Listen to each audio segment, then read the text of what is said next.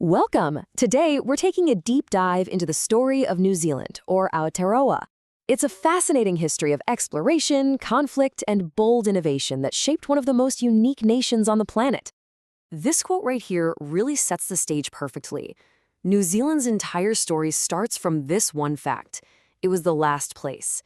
So you have to ask, what kind of nation gets built when it's the final frontier for humanity? A society that grows up in almost complete isolation. So, let's get into it. We're going to start at the very beginning with the foundational layer of New Zealand's identity, its origin as the last major piece of land on Earth where people made a home. Now, what's really incredible here is the timeline. You have Polynesian navigators, some of the greatest sailors in history, arriving around the 1300s, and for centuries they developed this unique Maori culture completely isolated from the rest of the world.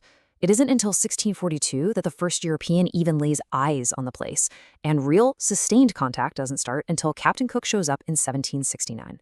I mean, think about that. That's hundreds of years of independent history. And that initial contact, well, it leads us right to the single most important and most contested document in New Zealand's history. It's a document that really defines the country's central tension, even today. So in 1840, Maori chiefs and the British Crown signed the Treaty of Waitangi. But here's the problem. They basically signed two different documents. The English version says Maori gave up all sovereignty, but the Te Reo Maori version, which is the one most chiefs actually signed, says they gave up kawanatanga, which is closer to governance. So on one side, you have the promise of a partnership. On the other, a total surrender of power. And that fundamental misunderstanding, well, it became the source of conflict for generations to come. And this concept right here, tino rangatiratanga, is at the very heart of what Maori believed they were protecting.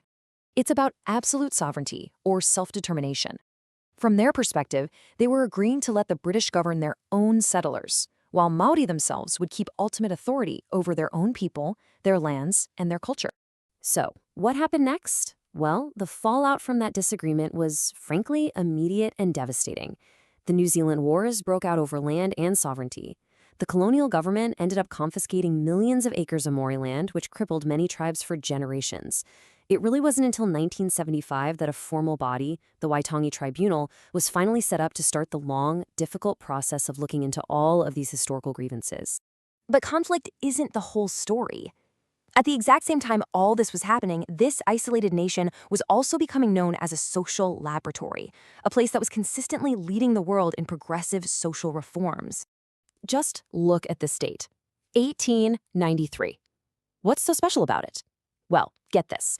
In that year, New Zealand became the very first self-governing country in the entire world to give all women the right to vote, a true world first. And that was just the start. Fast forward to the 1930s, and in response to the Great Depression, the government built one of the most comprehensive welfare states on Earth.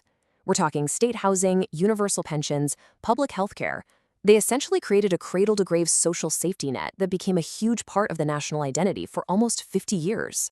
But then, in the 1980s, that whole system, that entire social and economic consensus that had been built up for decades, was completely torn apart by a series of radical, free market reforms that would change the country forever.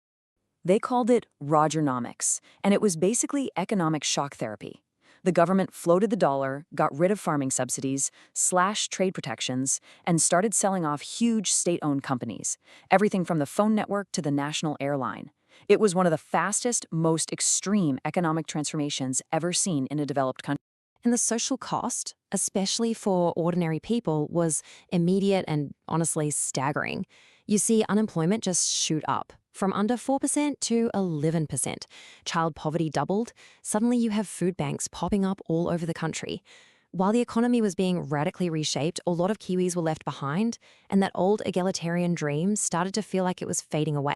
Now, what's fascinating is that while all this turmoil was happening at home, New Zealand was also busy forging this fiercely independent identity on the world stage, often taking a principled stand, even when it was really difficult.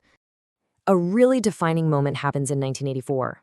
The government declares the country a nuclear-free zone. Now, this was massively popular at home, but it completely shattered the country's military alliance with the United States. The U.S. was not happy and promptly suspended New Zealand from their security treaty. It was a bold statement that New Zealand was going to set its own moral compass. And if there was any doubt about that independent path, what happened next just cemented it. In 1985, French secret agents bombed the Greenpeace ship the Rainbow Warrior right in Auckland Harbor and killed a crew member.